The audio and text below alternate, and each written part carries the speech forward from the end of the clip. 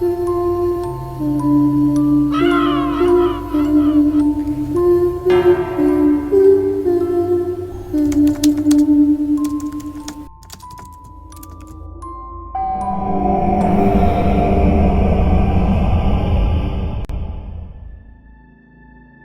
mga bagay po talaga sa mundo na hindi kayang ipaliwanag ng siyensya. Siguro hindi porket wala sa libro ay hindi na ito totoo. Saksi po ako at magpapatunay na kung saan ang isang paniniwala ng mga matatanda ang nagpabago sa ugali at buhay ng isang tao. Itago niyo na lang po ako sa pangalang Alvin. Sa pahintulot po ng aking kaibigan, Miss Terry, kaya ko po na ibahagi ang kwentong ito.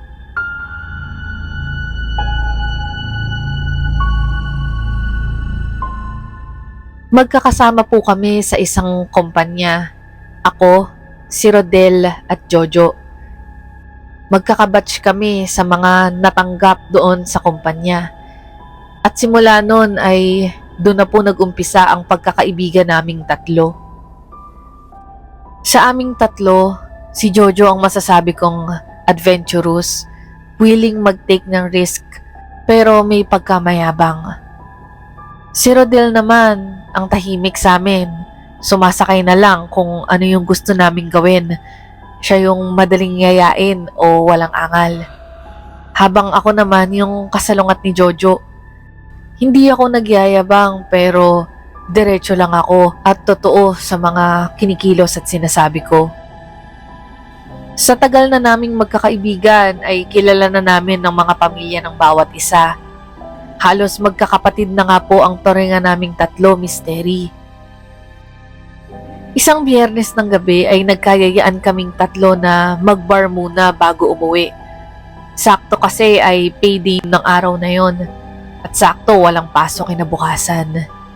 Habang nagiinuman ay nagpaalam si Rodel na magsi-CR lang. Naiwan niya yung cellphone niya sa lamesa at napansin namin na may nagchat dito. Doon ay nakita namin na nagchat si tita, yung mama ni Rodel. Nang dumating siya mula sa CR ay nabanggit namin na nagchat at pinapauwi na siya ng mama niya. Habang sumasagot sa chat si Rodel ay sabay kaming dalawa ni Jojo na tumingin sa cellphone niya para tingnan kung ano yung mga naging mensahe sa kanya. Ano? Pinapauwi ka na ba, pre? Hindi ka ata nagpaalam kay tita eh. Ang pabirong sabi ni Jojo habang binabasa ang chat nilang dalawa. Baka magsasaing pa ng bigas, pre, kaya pinapauwi. Ang sunod na biro ko naman dito. Aalis pala si Rodel mamaya para umuwi ng probinsya. Bakit wala ka man lang sinabi sa amin? Sana hindi na tayo nag-inom. Ang asar na sabi ko sa kanya. Hanggang linggo lang naman yun. Uuwi din ako ng Lunes. Ani ni Rodel. Dala na din siguro ng kalasingan ni Jojo ay napasabi ito ng, Kung sumama na lang kaya kami sa'yo. Total, wala naman tayong pasok bukas. Tsaka gusto na din naming makapasyal ng malayo. Diba, pre? Oo nga naman. Tama si Jojo. Gusto din naman naming makapunta sa probinsya nyo.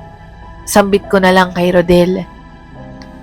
Hindi na namin natapos ang mga bote ng beer sa table namin noon, Miss Terry.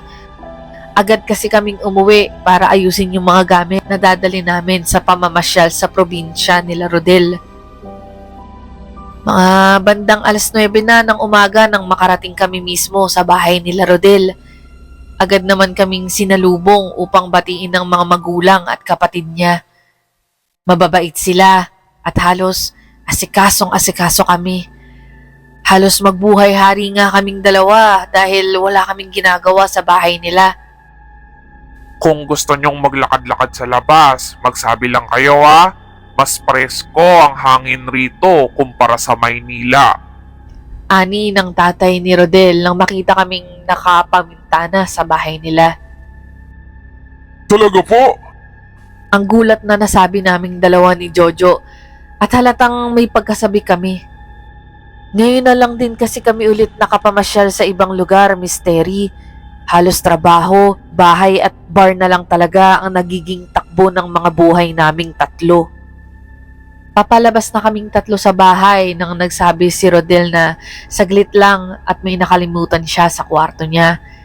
Hindi na namin siya naintay at nauna na kaming lumabas ng bakuran nila nang nagpahabol ng salita ang tatay ni Rodel. O nga pala, mag-ingat rin kayo ha. Hindi nyo masyadong kilala ang mga tao rito at huwag kayong basta-basta tatanggap ng mga pagkain o inumin galing sa ibang tao. Maliwanag? Hindi namin masyadong inintindi ang sinabi ng tatay ni Rodel, Misteri, at yun na siguro ang naging malaking pagkakamali namin. Habang naglalakad kami ay gala ng gala ang mga mata namin. Manghang-mangha kami sa mga puno na hitik sa mga bunga. Nandyan yung mangga, langka, guyabano na parang normal na lang sa mga tao dito ang makakita ng ganun. Samantalang sa Maynila, hindi ka makakalibre kahit isang perasong prutas. Nang mapadaan kami sa isang basketball court, ay doon may mga kalalakihan na naglalaro. Naisip namin ni Jojo na manood muna kahit saglit. Agad naman kaming napansin ng mga naglalaro at doon ay inaya nila kami kung gusto naming makipaglaro sa kanila. Sumali naman kami pero hindi nagtagal, Misteri. May nakainitan si Jojo sa paglalaro. Halos naging pisikalan yung kanilang mga galaw. Hindi ko din kasi masisi yung kabantayan ni Jojo. Kilala ko kasi to na may kayabangan talaga minsan. Hanggang sa hindi na nakatiis ang iba at pinaghiwalay na sila. Nag-ayawan na din kami pagkatapos nun. Hindi na lang tinuloy ang laro. Gawa ng masyado na talaga silang nagkakainitan. Alam mo naman na dayo lang tayo dito, Jojo. Ang pagpapaalala ko sa kanya. Eh, anong magagawa ko? Siya yung unang nanay ko sa akin eh. Eh, teka. Nasaan na ka pala tong si Rodel? Ang padabog na tanong ni Jojo.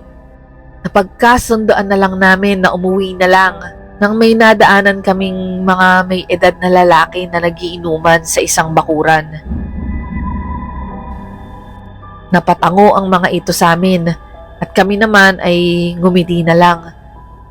Itinaas ng isang lalaki ang kanyang kamay upang ipaalam sa amin at ayain kami na tumagay muna sa kanila. Sige po. Pagbalik na lang po namin. Pero tumayo ang lalaki na nagtaas kanina ng kanyang kamay. Agad itong nagsalin ng alak sa 2 baso at nagtungo papunta sa kinatatayuan namin. Sige na, isa lang. Wala naman lasong tong alak. Pabiro na pagsasabi ng lalaki sa amin. Kinuha naman ni Jojo ang baso at agad itong ininom. Dala na din siguro ng inip ng ulo niya sa laro kaya niya nagawa yun.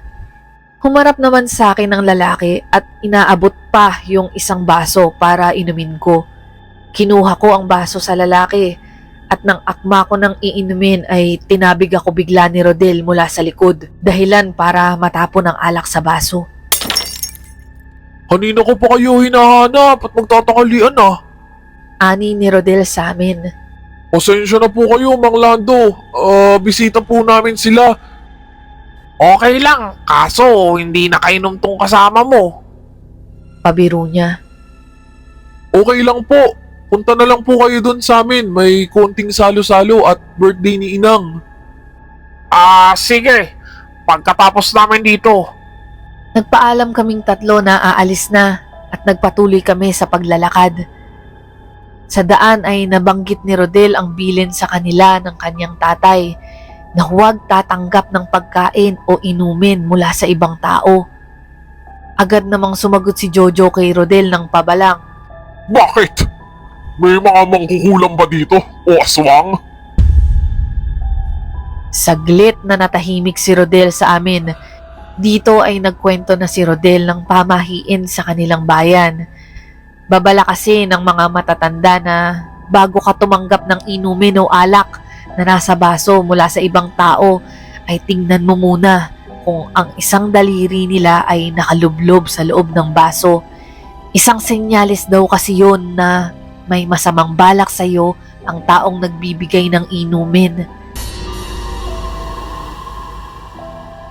Sa kaso daw namin kanina, nakita niyang nakalublob ang isang daliri ni Mang Lando sa baso na inaabot sa akin. Kaya tinabig niya ako sa balikat upang matapon ito at hindi maghinala si Mang Lando sa ginawa niya. Agad akong kinabahan dahil si Jojo ay nakainom na. Pero hindi niya daw nakita kung ganun din daw tulad sa akin ang pag-abot ni Mang Lando. Nako, lumang kasabihan na yan, nagpapaniwala pa kayo. Mayabang na sagot naman ni Jojo. Habang kumakain kami ng tanghalian kila Rodel, ay sinakitan na ng tiyan si Jojo. Hindi na niya naubos ang pagkain at agad itong dumiretso ng banyo para magbawas. Sa lamesa ay nabanggit ni Rodel sa tatay niya ang nangyari sa labas tungkol kay Mang Lando. Sumang-ayon ito na may kasabihan sila tungkol sa paglalagay ng daliri sa inumin. Pero mabait daw si Mang Lando at kababata niya daw ito. Siguro daw ay nagkataon lang. Kinahapunan ay nasa bintana kaming tatlo, nagyoyosi at nagpapahangin nang may natanaw si Jojo at tinuro sa amin. Isang babae raw ang nakatingin sa amin mula sa malayo. Pero nung amin itong lingunin ay nagmamadaling umalis. Hindi daw kilala ni Rodel ang babae. Marahil daw siguro ay masyadong malayo ito at hindi na niya ito natitigan. Baka naman ex mo yun. Analoko mo. Nagbiro na lang ako, sabay tawanan namin, Misteri. Nang hapunan ding yon, habang kumakain kami ay nirereklamo naman ni Jojo ang pagsakit ng kanyang kaliwang tenga. Parang Makati daw ito na may kasamang vibration.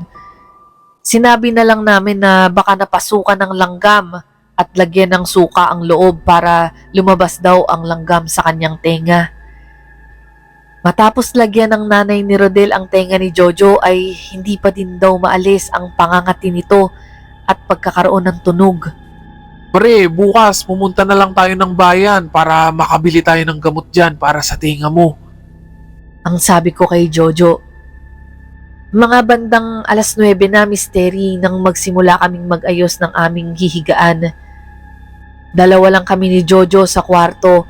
May 2 kama ito na may cabinet sa gitna ng 2 higaan. Nagpaalam na si Jojo na matutulog na siya at baka sakali daw mawala ang sakit ng kanyang tenga. Habang ako naman ay nagse-cellphone para dalawin ang antok. Nagising na lang ako bigla dahil parang naalimpungatan ako. Patay na ang mga ilaw at tanging cellphone ko na lang ang nagbibigay ng liwanag sa kwarto dahil naiwan ko palang nagpe-play yung pinapanood kong movie. Umikot ako ng pwesto ng pagkakahiga upang tingnan si Jojo. Napaatras ang ulo ko nang makita ko siyang nakaupo sa kama at nakatalikod sa akin. Pre, gising ka pa? Masakit pa ba tinga mo? Ang tanong ko sa kanya. Hindi sumasagot o gumagalaw sa pagkakaupo si Jojo, Misteri. Dahilan para medyo kabahan ako. Dahan-dahan akong tumayo sa kama para lapitan si Jojo. Hindi ko inaalis ang mga mata ko sa kanya. Magugulatin pa naman ako, Misteri. Baka kasi prank lang to ni Jojo. Pero tumayo ang lahat ng buhok ko sa katawan nang makita kong nakatirik ang mga mata niya at gumagalaw ang labi niya ng mabilis, parang nagsasalita ito. Napasigaw ako at napalundag nang bigla tong humarap sa akin at ngumiti na parang demonyo. Sa sobrang lakas ng sigaw ko ay nagising sila Rodel at iba niyang kapatid. Agad itong nagtanong kung ano ang nangyari. Tingnan nyo na lang si Jojo. Nagsasalita kanina tapos biglang umarap sa akin. Nakakatakot yung ngiti. Inom lang ako ng tubig sa baba. Rodel, tingnan nyo na lang si Jojo. Ang tarantang sabi ko sa kanila. Pagkatapos kong uminom ng tubig sa kusina ay dumiretso ako sa may bintana nila para magyosi saglit, para maalis yung pangatog sa katawan ko dahil medyo kinabahan talaga ako, Misteri, sa nakita ko kay Jojo. Pero may napansin ako sa may bakod. May isang babae na tila may hawak na kung anong bagay. Dinadasalan niya ito. Bigla akong naalala na ganun-ganun yung ginagawa ni Jojo kanina eh. Parang nagsasalita siya o may dinadasal. Pumasok ako sa kwarto para sabihin kila Rodel na may babaeng nasa bakuran nila. Sabay naman nalabas nila Rodel at isa niyang kapatid sa kwarto at nagsabing, Baka nananaginip lang si Jojo. Kasi tulog na eh. Tinignan namin. bigla akong naalala yung babae sa bakuran nila. Pre, may babae sa bakuran nyo. Tila nagdadasal siya. Pabulong na sabi ko kay Rodel. Agad kaming lumabas na 3 kasama ang kapatid niya, pero wala na kaming nakita. Nang may matapakan ako sa lapag na isang bagay. Pinulot ko to at hindi ako pwedeng magkamali. Ito yung hawak ng babae kanina. Para tong isang sungay na hindi ko maintindihan. Meron ding mga nakaukit dito. Pinakita ko agad to kay Rodel. Mismo ang kapatid ni Rodel ang nagsabi, Kuya, kinukulam po yata yung kaibigan nyo. Hindi kami makapaniwala sa narinig namin. Walang ibang pumasok sa isip namin kung hindi si Mang Lando. Siya lang ang pwedeng gumawa nun. Ipaalam natin to agad kay Itang. Sunod na sabi niya. Itang ang term ng tatay sa probinsya, Misteri. Sa loob ng bahay, tinignan mabuti ng tatay ni Rodel yung napulot kong bagay sa labas. Rodel, bukas na bukas, tawagin nyo agad si Kakang Pedro. Ang pupuntahan ko naman ay si Lando para sa ganitong bagay. Ito lang ang tanging nasabi ng kanyang tatay. Matapos nun ay pumasok na ako ulit ng kwarto upang matulog na, habang ang dalawang kapatid ni Rodel ay sa labas na lang daw muna matutulog at magbabantay sila baka sakaling bumalik ang babae na nakita ko. Humiga ako ng kama at nakatitig lang kay Jojo na himbing sa pagkakatulog. Wala pang isang araw kami sa probinsya nila Rodel, pero ganito na agad ang nangyari, Misteri.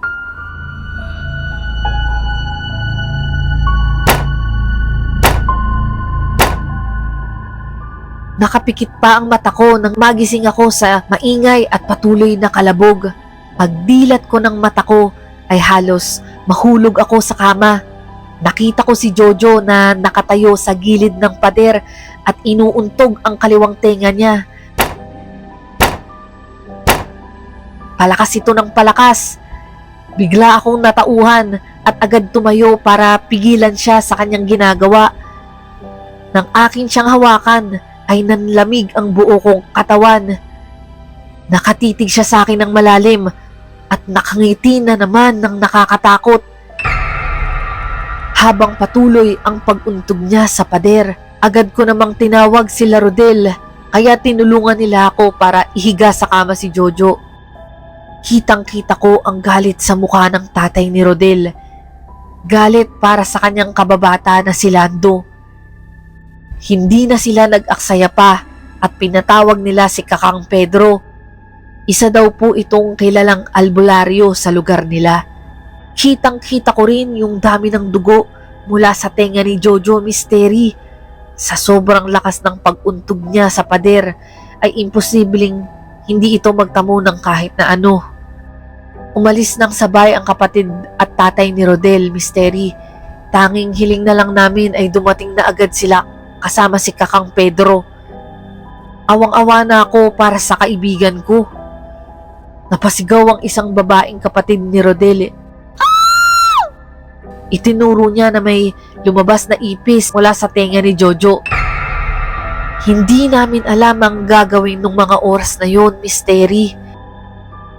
Nang makita ko yung bagay na napulot ko kanina sa labas, ay agad ko itong kinuha para ilayo kay Jojo. Itatapon ko na sana ito sa labas nang makita ko ang babae ulit na nasa bakuran nila at nag-oorasyon. Agad kong tinawag si Rodel para ituro ang babae. Pero sa lakas ng pagkakasigaw ko ay napansin niya ako at mabilis itong tumakbo. Nang palabas na kami ng pinto ni Rodel para habulin ng babae, ay siyang dating naman ng kanyang kapatid, kasama si Kakang Pedro. Nagtaka ito at nagtanong, Bakit? At saan naman kayo pupunta? Hahabulin namin ang babae na kanina pa pabalik-balik dito sa bahay. ang mariin kong sabi kay Kakang Pedro. Ngunit pinigilan niya kami. Mas mabuti na daw na nasa loob lang kami ng bahay kesa sa labas at baka mapano pa daw kami. Tinignan ni Kakang Pedro si Jojo Misteri. Doon ay sinabi niya na hindi na daw simpleng kulam ang nangyayari kay Jojo. Binarang ang kaibigan nyo. Ang barang daw ay may intensyong pahirapan at patayin ang sinumang tao na malalagyan nito. Nagsindi ng mga kandilang puti si Kakang Pedro. Naglabas din siya ng mga garapon at parang palaspas na gawa sa mga tuyong halaman. Agad itong nagdasal at nagpahid ng kung ano-ano sa katawan ni Jojo. Kitang-kita ko ang paghirap ng kaibigan namin ng panahon na yun, Misteri, at sobrang awang-awa ako sa kanya. Mayroong isang bagay sa loob ng bahay ang humaharang sa aking orasyon. Doon ay bigla kong naalala yung natapakan ko kanina. Ipinakita ko to kay Kakang Pedro. Hindi ito isang ordinaryong sungay. Isa itong sungay na ginagamit sa mga orasyon. Hindi simpleng tao ang nagmamay-ari nito. Nakakasiguro ako na malaki ang kaugnayan nito sa nangyayari sa kaibigan nyo. Inilagay ni Kakang Pedro ang sungay sa loob ng isang malaking garapon at sinama niya sa dasal. Nagsalita naman si Rodel na, Hindi pwedeng wala tayong gawin. Hanapin natin ang babae. Malamang nasa paligid lang yun ang bahay. agad naman akong sumang-ayon sa sinabi niya, Misteri. Kaya kahit labag sa kalooban ni Kakang Pedro ang gagawin namin, ay hindi na niya kami napigilan pa. Paglabas naming dalawa ni Rodel, ay dumampot agad ako ng bagay na pwedeng ipamalo sa makakasalubong namin. Nanlaki ang mga mata ko nang makita ko ang tatay ni Rodel na may kasamang babae. Hindi ako pwedeng magkamali, Misteri. Siya yung nakita ko na nagdadasal sa bakuran nila. Pero bakit kasama to ng tatay ni Rodel? Doon ay naikwento ng tatay niya na nilapitan daw siya ng babaeng yun habang papunta sa bahay ni Mang Lando. Hindi daw si Lando ang nagpainom sa inyo kanina, taliwas sa pagkakakilala ni Rodel. Kakambal daw pala yun ni Lando na nagngangalang Lito. Si Lito ang tatay ng binatang nakaaway at nakainitan ni Jojo kanina sa court.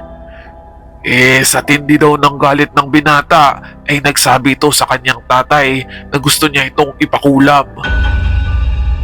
At dala naman ng kalasingan ni Lito ay barang naman ang gusto niyang gawin kay Jojo para daw maturuan ito ng leksyon.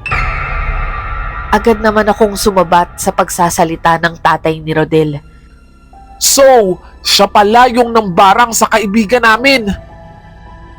Sabi ko, sabay turo sa babaeng kasama ng tatay ni Rodel. Hindi siya ang nambarang kay Jojo. Tatay niya ang siyang inutusan ni Lito na mambarang sa kaibigan niyo. Ang totoo daw niyan ay matagal nang kinalimutan ng tatay niya ang ganong gawain, ang pambabarang at pangungulam. Pero dahil sa laki ng utang nila kay Lito ay napilitan daw itong gawin yun para lang makabayad. Labag man daw sa loob nito ay sinunod niya ang gusto ni Lito. Ito namang si Lina ay pilit kinukumbinse ang kanyang tatay na huwag ituloy ang pambabarang dahil maling gawain ito. Pero hindi niya na nagawang mapigilan pa ang kanyang ama. Lina pala ang pangalan ng babaeng nasa bakuran nila Rodel at siya ring nakikita kong nagdadasal at nag-iwan ng sungay sa bahay. Pero kung hindi pala siya pabor sa ginagawa ng kanyang tatay, Bakit siya gumagawa ng orasyon at nag-iwan pa nitong sungay? Tanong ko sa kanila. Sa kagustuhan niyang mapigilan ang pambabarang ng kanyang ama, kumilos na lamang siyang mag-isa. At ang lahat ng ginawa niya ay upang labanan ang sumpa. Sinusubukan niyang kontrahin ito sa pamamagitan ng mga orasyon. Pero sadyang malakas daw at bihasa ang kanyang ama at hindi niya ito kayang tuluyang makontra. Ang tanging nagagawa niya lang ay pabagalin ang epekto nito kay Jojo. Sadya akong nagpapakita sa inyo para bigyan kayo ng babala. At ang sungay ng kalabaw na nakita mo, Alvin, ay sinadya akong iwan para mapalapit sa katawan ni Jojo. Ito kasi ay isang pangontra na dapat itabi o ilapit sa kanya. Paliwanag ni Lina. Humingi rin siya ng patawad sa lahat ng ginawa ng kanyang ama. Nakiusap siya na intindihin na lang dahil naging desperado lamang ito at hindi naman talaga nito gustong makasama sa kapwa.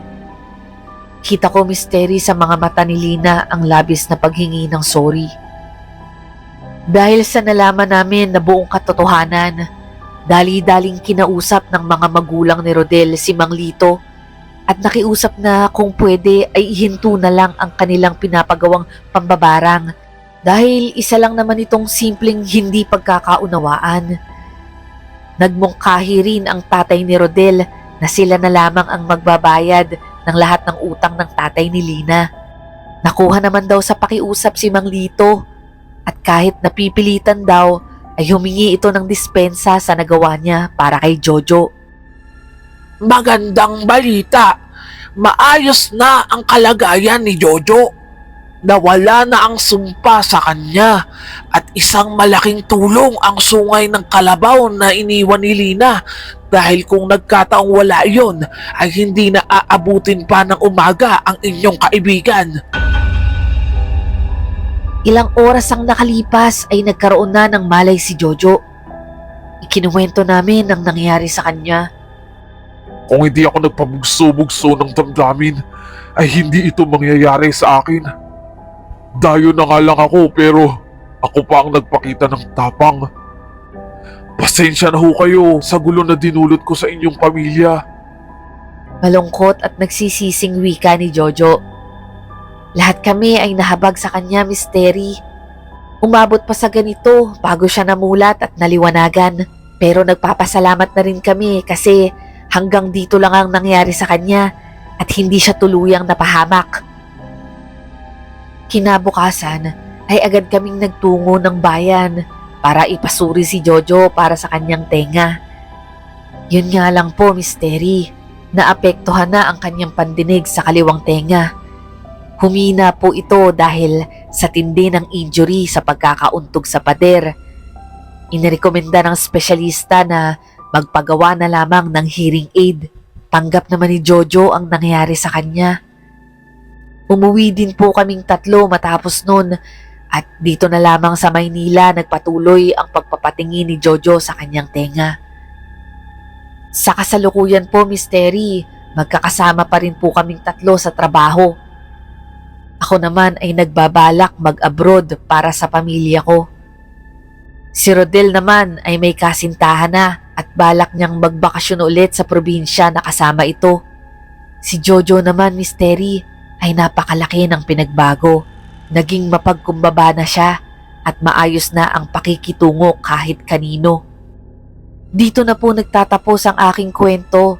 Sana po ay may napulot kayong aral rito. Maging maayos ang pakikitungo natin sa lahat dahil hindi natin alam kung ano ang kayang gawin ng mga taong nakakasalumuhan natin. At higit sa lahat, hindi masamang maniwala sa mga kasabihan paminsan-minsan. Wala naman mawawala sa atin bilang tao kung susunod tayo dito. Maraming salamat po at more power sa channel nyo. Maraming salamat po sa pakikinig sa aming storya. Maaari po kayong magpadala ng inyong sariling kwentong kababalaghan sa misteryoSadilimTV@gmail.com. Malaking bagay rin po kung kayo ay makakapag-subscribe sa aming channel.